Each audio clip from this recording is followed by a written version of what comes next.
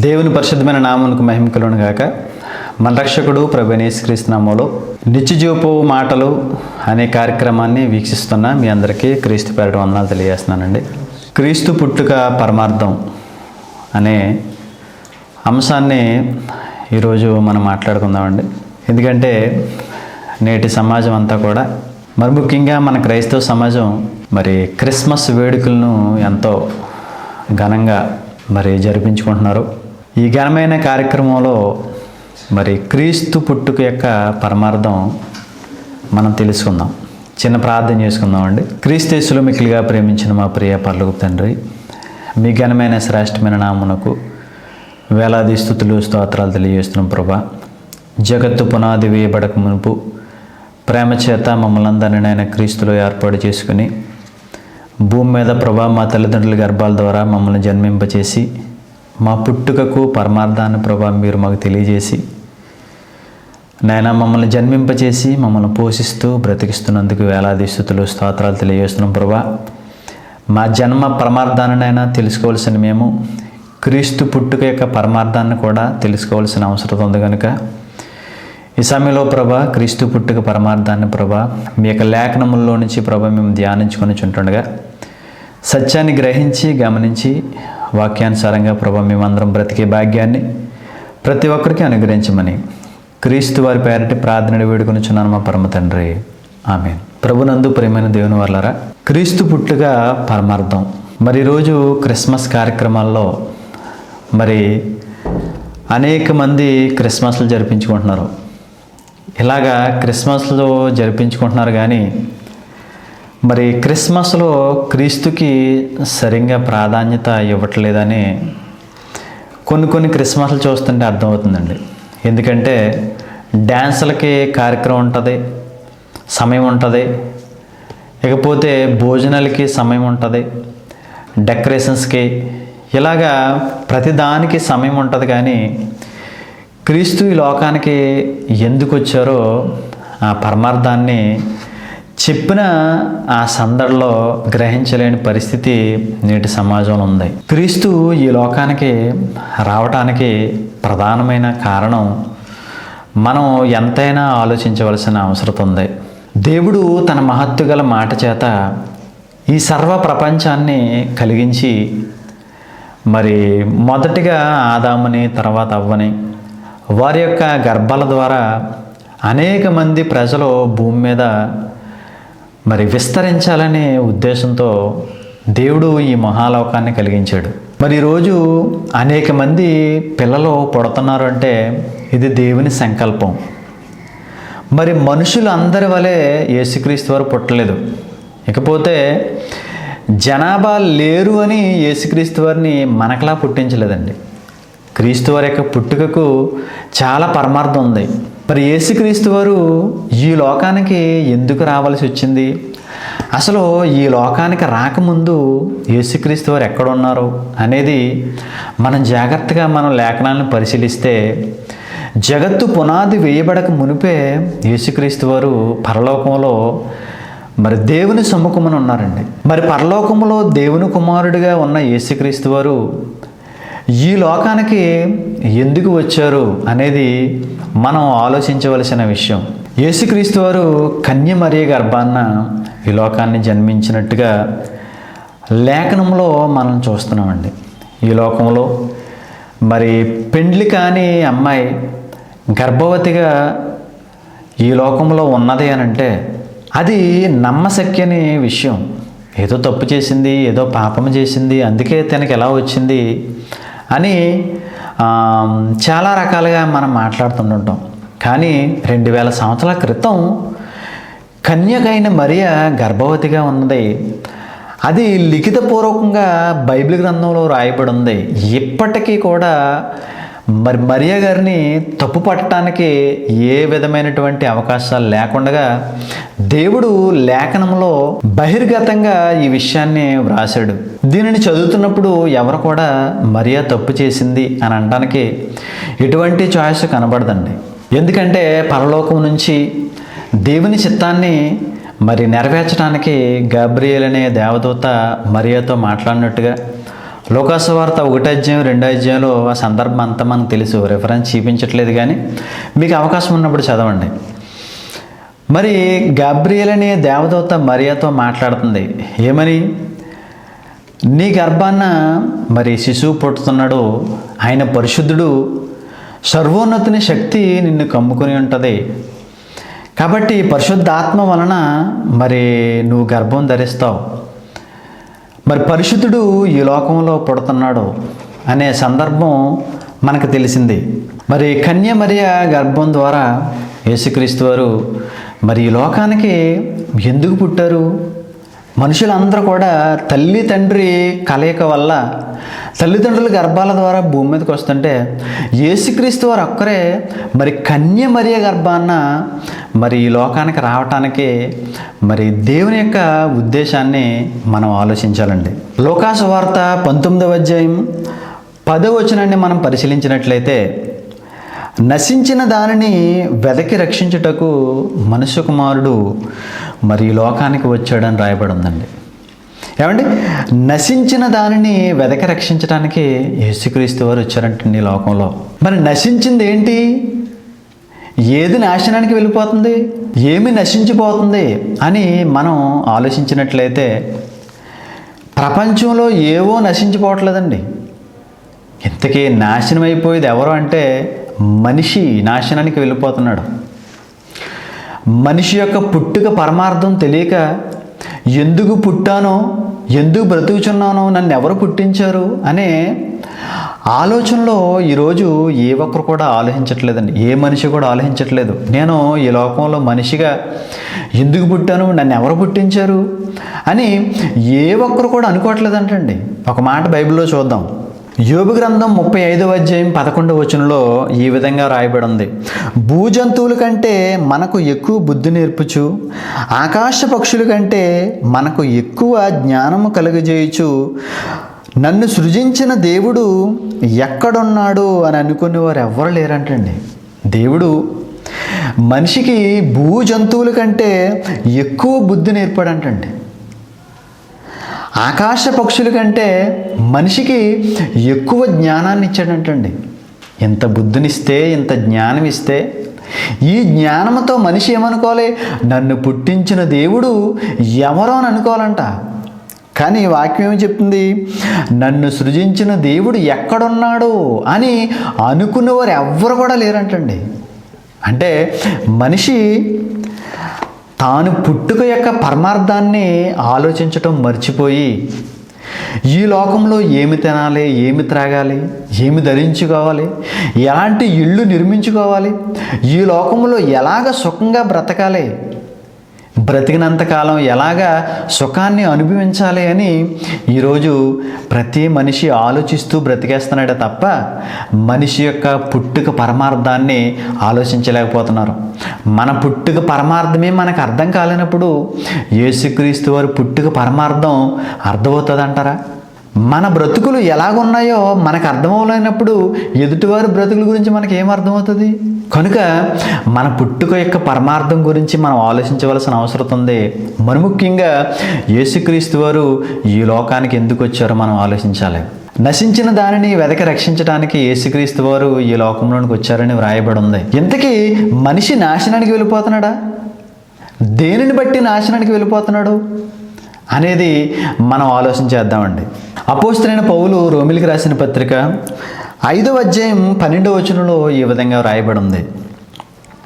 ఇట్లుండగా ఒక మనుషుని ద్వారా పాపమును, పాపము ద్వారా మరణమును ఈ లోకములో ఎలాగూ ప్రవేశించునో అలాగుననే మనుషులందరూ పాపము చేసినందున మరణము అందరికీ సంప్రాప్తమాయను అని రాయబడి ఉందండి. ఏమండి? ఒక మనుషుని ద్వారా పాపము ఈ లోకంలోకి వచ్చిందంటండి. ఏమండి? అంటే ఈ లోకాన్ని దేవుడు కలిగించినప్పుడు దేవుడు మరి తన మహత్తు గల మాట చేత ఆదికాండం 1వ అధ్యాయం 2వ అధ్యాయంలో దేవుడు ఈ సర్వ ప్రపంచాన్ని కలిగించినప్పుడు భూమి, గాలి, నీరు, అగ్ని, ఆకాశం ఈ ప్రకృతిని దేవుడు నిర్మించినప్పుడు దేవుడు చేసిన ప్రకృతిలో పాపము లేదండి. కానీ ఒక మనుషుని ద్వారా పాపము ప్రవేశించిందంటండి ఈ లోకంలోకి. అదే వ్రాయబడి ఉంది. ఒక మనుషుని ద్వారా పాపము ద్వారా మరణము ఈ లోకంలో ప్రవేశించింది. మొట్టమొదటిగా ఆదాముని అవ్వని దేవుడు కలిగించాడు. వారు మరణించే విధంగా దేవుడు చేయలేదండి. వారికి మరణము లేనట్టుగా దేవుడు వారిని సృజించాడు. ఆదికాండం 2వ అధ్యాయం 17వ వచనంలో, అయితే మంచి చెడ్డలు తెలియనిచ్చు వృక్షఫలం నువ్వు తినకూడదు, నీవు వాటిని తిను దినమున నిశ్చయముగా చచ్చెదవని ఆదాముకి ఆజ్ఞాపించాడండి. అంటే పండు తింటేనే చస్తావు తప్ప పండు తినకుండా ఉంటే నిత్యము బ్రతుకుతాడు కదండి, నిత్యము బ్రతుకుతాడు. అంటే దేవుడు మనుషులను చేసింది మరణించటానికి కాదు అని ఇక్కడ మనకు అర్థమవుతుందండి. మనము మరణించటానికి కాదు దేవుడు మనుషుల్ని కలిగిస్తా, మరణము లేనట్టుగా, మరణము లేనిదానిగా మరి దేవుడు ఆదాముని అవ్వని కలిగించాడు. కానీ దేవుని మాటని అతిక్రమించటం పాపము చేయటం, దేవుని మాటను అతిక్రమించడమే కదండి పాపం చేయటం. కనుక దేవుని మాటని అతిక్రమించటం వలన పాపము ఈ లోకంలో ప్రవేశించింది సాతాను వలన. కనుక ఒక మనుషుని ద్వారా అనగా ఆదాము ద్వారా పాపము వలన మరణం వచ్చింది. ఆదికాండంలో చెప్పినట్టుగా నువ్వు తిను దినమున నిశ్చయముగా చనిపోతావు. ఏమండి, ఈరోజు మనుషులందరికీ ఉన్నదేంటి? మరణ భయం. ఈరోజు ప్రపంచంలో ఏ దేశంలో ఉన్న మనిషికైనా ఏదైనా ప్రమాదం వచ్చినప్పటికీ, మరణకరమైన పరిస్థితి మనిషికి ఎదురైనప్పుడు మరణ భయం అనేది ఉంటుంది. మరి మరణ భయము ఎందుకు మనిషికి వచ్చింది అంటే, మనిషి పాపము చేయటం వలన, ఆదాము పాపం చేయటం వలన, మరి పాపం వలన మరణము ఈ లోకంలో ప్రవేశించింది. అలాగే మనుషులందరూ పాపము చేసినందున మరణము అందరికీ సంప్రాప్తమైన రాయబడి ఉందండి. అంటే మనుషులందరూ పాపం చేస్తున్నారా? పాపము చేస్తేనే వస్తుందండి. ఏమండి, పాపము చేస్తే మరణం వచ్చింది. కనుక మరి అందరికీ కూడా మరణము అనేది సంప్రాప్తమైంది. ఈరోజు మనిషికి మరణ భయం ఉంది. అసలు ఎప్పటికీ మరణించకుండా ఉంటే ఎలా ఉంటుంది? ఇది చాలా బాగుంటుందండి. అండ్ ఎప్పటికీ కూడా మనం మరణించకుండా బ్రతికే ఉంటే ఎంత బాగుంటుందో ఆలోచించండి. చాలా బాగుంటుంది.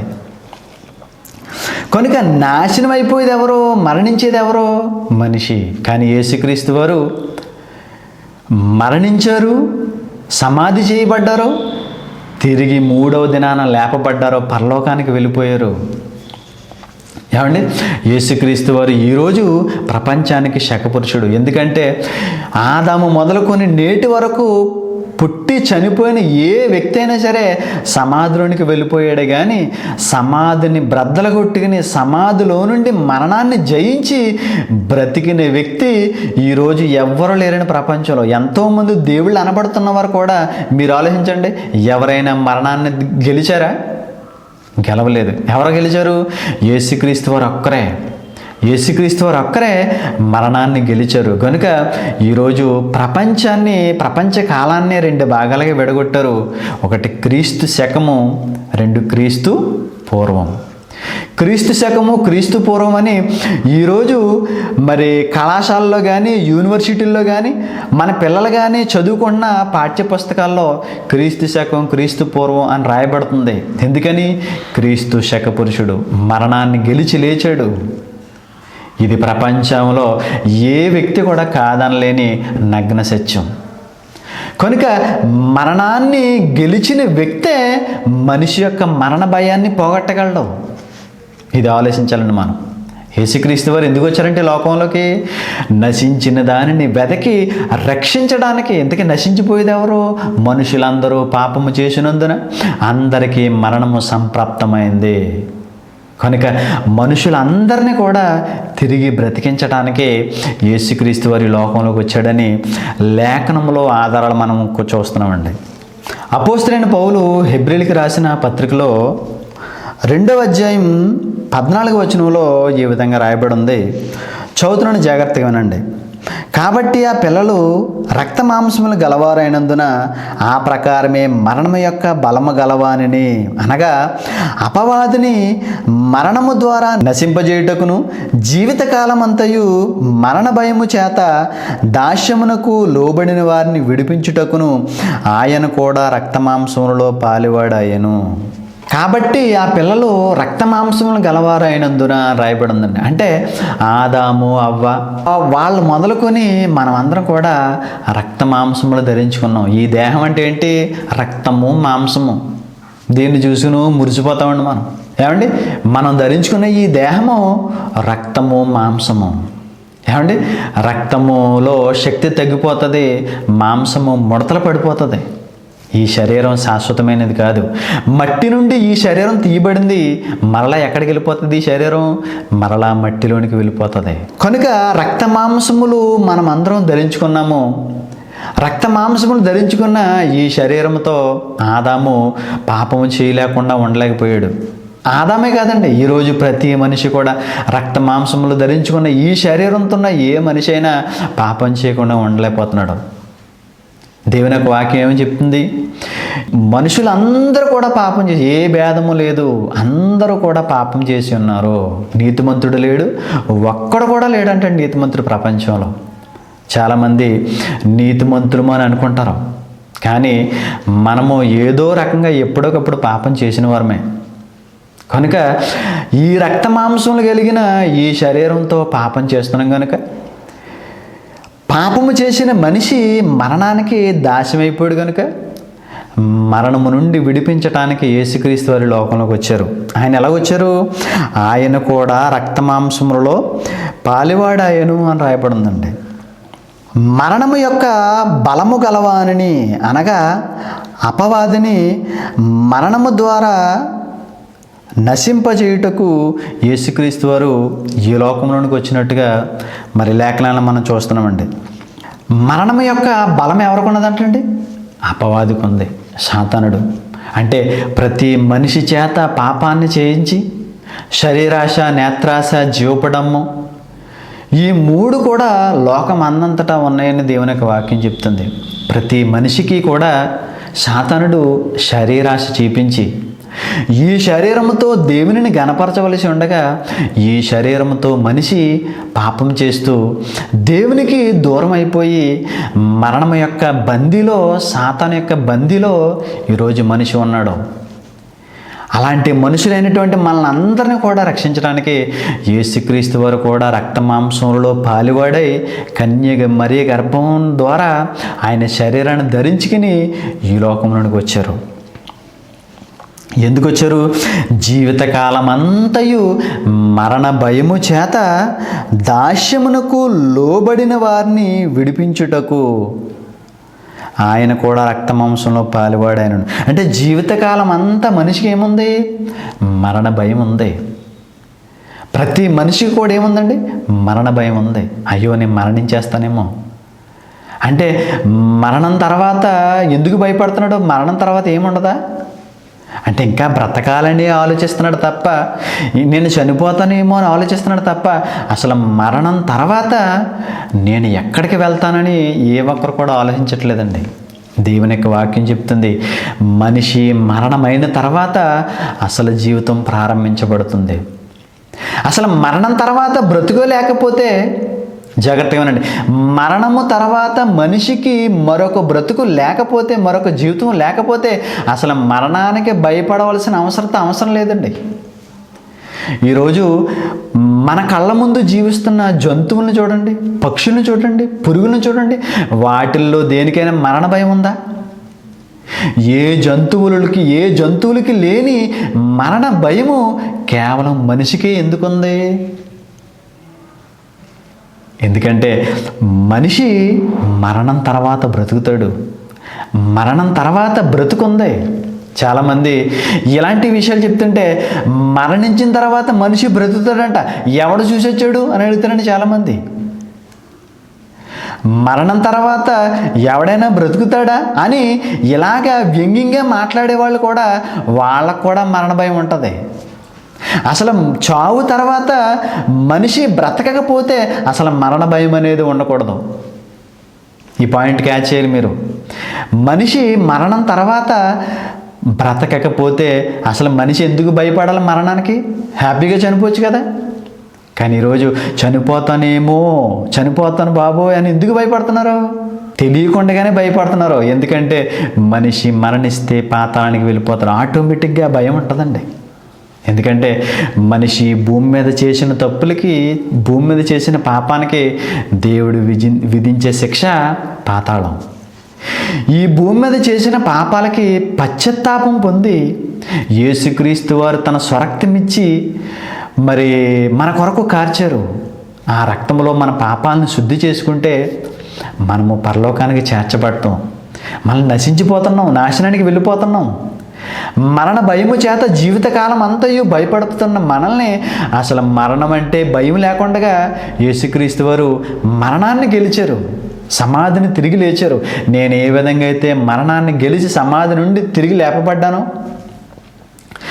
మీకు కూడా మరొక బ్రతుకుంది, మరణం తర్వాత మరలా మీరు బ్రతుకుతారు అని గొప్ప భరోసా యేసుక్రీస్తు వారు ఇచ్చారండి. జీవితకాలం అంతయు మరణ భయము చేత దాస్యమునకు లోనైన మనల్ని రక్షించడానికి యేసుక్రీస్తు వారు ఈ లోకానికి వచ్చారని రాయబడింది. హెబ్రీయులకు రాసిన పత్రిక 8వ అధ్యాయం 3వ వచనం 4వ వచనం చదువుతున్నాను, జాగ్రత్తగా వినండి. శరీరమును అనుసరింపక ఆత్మను అనుసరించి నడుచుకొనుచు మన యందు ధర్మశాస్త్ర సంబంధమైన నీతి విధి నెరవేర్చబడవలనని పాప పరిహారము నిమిత్తము దేవుడు తన సొంత కుమారుని పంపెను. యేసుక్రీస్తు వారు ఎందుకు వచ్చారంటే అండి లోకానికి? పాప పరిహారము నిమిత్తము యేసుక్రీస్తు వారిని దేవుడు ఈ లోకంలో పుట్టించడంటండి. అంటే పాపము, మనిషి యొక్క పాపము ఎలా పోతుంది? మన అందరికీ తెలుసు, రక్తము ద్వారా పోతుంది అని. ఏమండి? అందుకనే ఈరోజు చాలామంది పాపము పోవటానికి జంతువుల్ని బలిస్తుంటారు. హెబ్రీ పత్రిక 10వ అధ్యాయం 3వ వచనంలో ఈ విధంగా రాయబడి ఉందండి. అయితే ఆ బలులు అర్పించుట చేత ఏటేటా పాపములు జ్ఞాపకమునకు వచ్చుచున్నవి. ఎలాగనగా ఎడ్ల యొక్కయు మేక యొక్కయు రక్తము పాపములను తీసివేయుట అసాధ్యము అని రాయబడి ఉందండి. ఏమండి? ఈరోజు జంతువుల్ని మనిషి బలిస్తున్నాడు. ఎందుకని? పాపం పోవటానికి. మరి జంతువుల్ని బలిస్తే మనిషి పాపం పోతుంది అని అనుకుంటున్నాడు. ఏమండి? జంతువుల్ని బలిస్తే మనిషి పాపం ఎలా పోతుంది? మనిషి యొక్క పాపము పోవాలి అంటే పరిశుద్ధుని యొక్క రక్తము చాలా అవసరం. ఎడ్ల యొక్కయు మేక యొక్కయు రక్తము పాపములను తీసివేయుట అసాధ్యమని దైవ గ్రంథం చెప్తుందండి. యేసుక్రీస్తు వారి యొక్క రక్తమే 5వ వచనంలో ఏం రాయబడి ఉంది? కాబట్టి ఆయన ఈ లోకమందు ప్రవేశించినప్పుడు ఇలాగూ చెప్పుచున్నాడు, బలియు అర్పణయు కోరలేదు కానీ నాకొక శరీరం అమర్చితివి, పూర్ణ హోమములు పాప పరిహారార్థ బలులు నీకు ఇష్టమైనవి కావు. అప్పుడు నేను గ్రంథపు చుట్టలో వ్రాయబడిన ప్రకారము దేవాన్ని చిత్తము నెరవేర్చుటకు నేను వచ్చి ఉన్నాను అన్నాడండి. బలియు అర్పణ కోరలేదు కానీ నాకొక శరీరమును అమర్చావు. తల్లి గర్భంలో, కన్యక మరియ గర్భంలో యేసుక్రీస్తు వారికి దేవుడు శరీరాన్ని అమర్చాడంటండి. రోమపత్రిక 8:4 వచనం చివరి మాటలో ఏమని రాయబడింది? పాప పరిహారార్థము నిమిత్తము దేవుడు తన సొంత కుమారుని పాప శరీరాకారముతో పంపి ఆయన శరీరమందు పాపమునకు శిక్ష విధించాడు అని రాయబడి ఉందండి. ఏమంటే మనుషులు చేసిన పాపమును బట్టి మనము చేసిన పాపానికి శిక్ష మనమే అనుభవించాలండి. ఎవరు తప్పు చేస్తే వారే శిక్ష అనుభవించాలి. కానీ దేవుని విషయానికి వచ్చిన చాలా డిఫరెంట్గా ఉందండి. మనమందరం దేవుని పిల్లలం కనుక మనము చేసిన పాపానికి శిక్ష యేసుక్రీస్తు వారు అనుభవించారండి. దేవుడు తన సొంత కుమారుణ్ణి పాప శరీరాకారముతో పంపాడంటండి. మనము చేసిన పాపానికి, మనం చేసిన పాపాన్ని అంతటినీ ఆయన శరీరం మీద వేసి శిక్షను ఆయనకి విధించాడండి. కనుక యేసుక్రీస్తు వారు ఈ లోకానికి రావటానికి ప్రధానమైన కారణము మనుషుల గురించి వచ్చారండి. ఆయన గొర్రెలకు గొప్ప కాపరి అని అన్నారని మరి రోజు క్యాలెండర్లో మరి చాలా ఫోటోల్లో ఆయన ముందు గొర్రెలు పెట్టి, ఆయన సంకలో ఒక గొర్రె పిల్లని పెట్టి ఆయన చేతికి ఒక కర్ర ఇచ్చి ఈయన గొర్రెలకు కాపరి అని ప్రపంచానికి పరిచయం చేశారండి. కాదు, గొర్రెలంటే ఎవరో మనము, మనుషులు. గొర్రె యొక్క స్వభావం ఈరోజు ప్రతి క్రైస్తవుడు కూడా ధరించుకోవాలి. మనల్ని కాయటానికి వచ్చాడు. ఆయన కూడా బొచ్చు కత్తిరించవని ఎదుట గొర్రెపిల్ల ఎలాగైతే మౌనంగా ఉంటుందో, ఈ లోకంలో మనుషులందరి పాపము ఆయన శరీరం మీద వేస్తే ఆ శరీరానికి శిక్ష విధించబడుతున్నప్పుడు మనల్ని ఎవ్వరిని కూడా ఏమనకుండా మన శిక్షణ అంతటిని కూడా యేసుక్రీస్తు వారు భరించారండి. కనుక యేసుక్రీస్తు వారు ఈ లోకానికి రావటానికి కారణం మనుషులందరూ పాపం చేశారు. పాపములను తీసివేయుట ఎడ్ల యొక్కయో మేకల యొక్కయో రక్తంతో మనిషి యొక్క పాపాలు తీసివేయట అసాధ్యం. కనుక పరిశుద్ధుని యొక్క రక్తము యేసుక్రీస్తు వారి లోకంలో మన కొరకు కార్చి, ఆ రక్తంలో మనమందరం కూడా మన యొక్క పాపాలు శుద్ధి చేసుకుని మరొక్కసారి పాపము చేయకుండా ఈ లోకంలో కనుక బ్రతికితే క్రీస్తు ఈ లోకానికి వచ్చినందుకు పరమార్థం అనేది చేకూరుస్తుంది. కనుక ప్రభునందు ప్రియమైన దేవుని వర్లారా, ప్రతి వారం మరి టీవీ కార్యక్రమాన్ని వీక్షిస్తున్నారు మీరందరూ. మరి మీరందరూ కూడా నా కొరకు ప్రార్థన చేయండి. ఇంకా అనేకమైన లేఖనాల్లో నుంచి అనేకమైన ఎపిసోడ్లు మాట్లాడటానికి మరి దేవుడు నన్ను బలపరిచే విధంగా మరి మీరందరూ కూడా నా కొరకు ప్రార్థన చేయాలని తెలియజేస్తున్నాను. క్రీస్తు పుట్టుక పరమార్థం ఇదండి. ఏమండి, మనుషులందరూ పాపం చేశారు కనుక, పాపము ద్వారా మరణము ఈ లోకంలో ప్రవేశించింది కనుక మనుషులందరూ కూడా జీవితకాలం అంతయు మరణ భయము చేత బంధింపబడ్డాడు. మరణం యొక్క బలము సాతానుడు. ఆ సాతాను యొక్క మరణ భయములో నుంచి మనల్ని విడుదలపరిచి మరణ భయము లేకుండా చనిపోయిన తర్వాత దేవుడుండే మహాలోకంలో మనం అందరం వెళ్తామని గొప్ప సత్యాల్ని తెలియజేయడానికి యేసుక్రీస్తు వారు ఈ లోకంలోనికి వచ్చారు.